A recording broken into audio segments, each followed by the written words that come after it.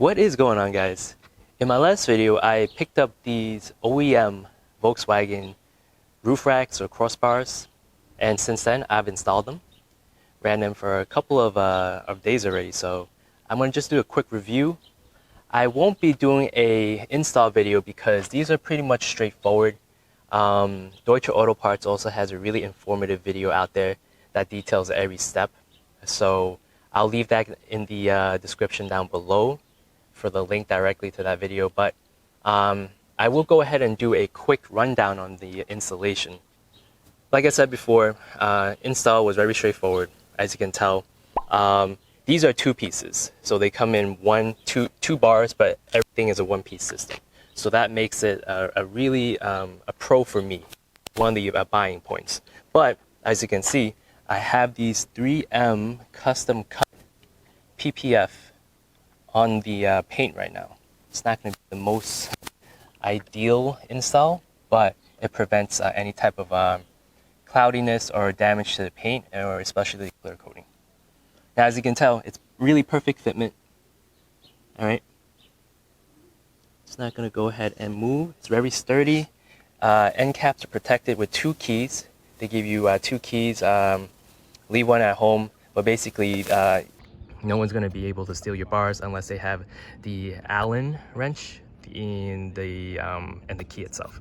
But quick thing is, there's a plastic bracket or nub in here you have to remove.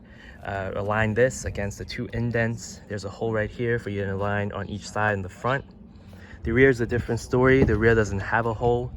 Basically, there's just 2 indents right here, 1 and 2, and you align them on each side. The end caps are different. The end caps are each for each individual corner. It's specific to basically each individual corner. All right, and after that, the install is pretty straightforward. The Allen wrench or the torque wrench is set to 4 Newton meters of torque, so that way you don't have to go ahead and over torque everything. And the torque wrench is here, right? Just give you a quick rundown.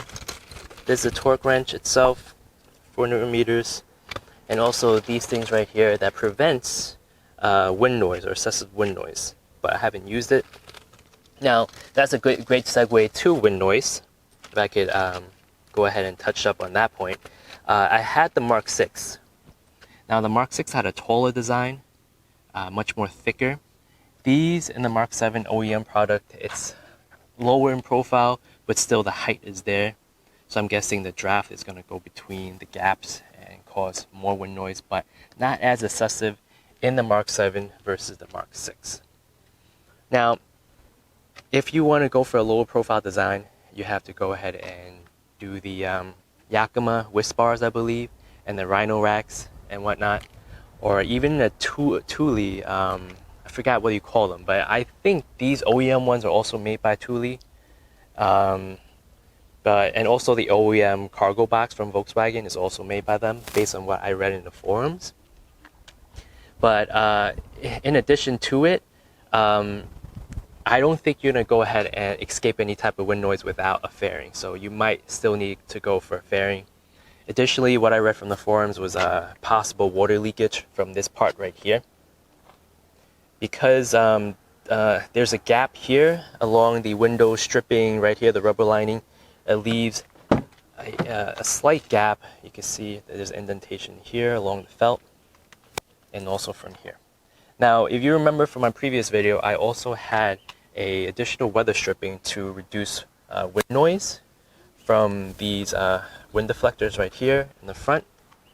Now, these helped with the wind noise, and I think coincidentally, luckily, fortunately, or you know, this also prevented maybe additional water from leaking down into the seat. But in the few weeks I've had it, I don't think there was any type of water leaking into the cabin. And trust me, we had a decent amount of thunderstorms as of late. Now, do I recommend these crossbars? I definitely do, especially if you go for the used one.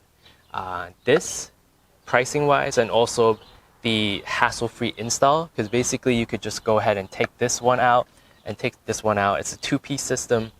That's all you have to do versus the competition, where I believe there's multiple parts involved, like the bars itself. You need to pick out the specific length, and also the base right here, the endpoints. So you have to deal with multiple points versus the OEM. All you have to do is just pick up two of these, store them in the back easily, and there you have it. And if you don't want to use them, if you don't want to mess up your paint, then you could go ahead and easily take this off after your camping trip, after your road trip, or after your winter. It's not much of a review because it's, if you think about it, it's just crossbars. So I hope it's informative again, and I'll see you guys in my next one. Take care.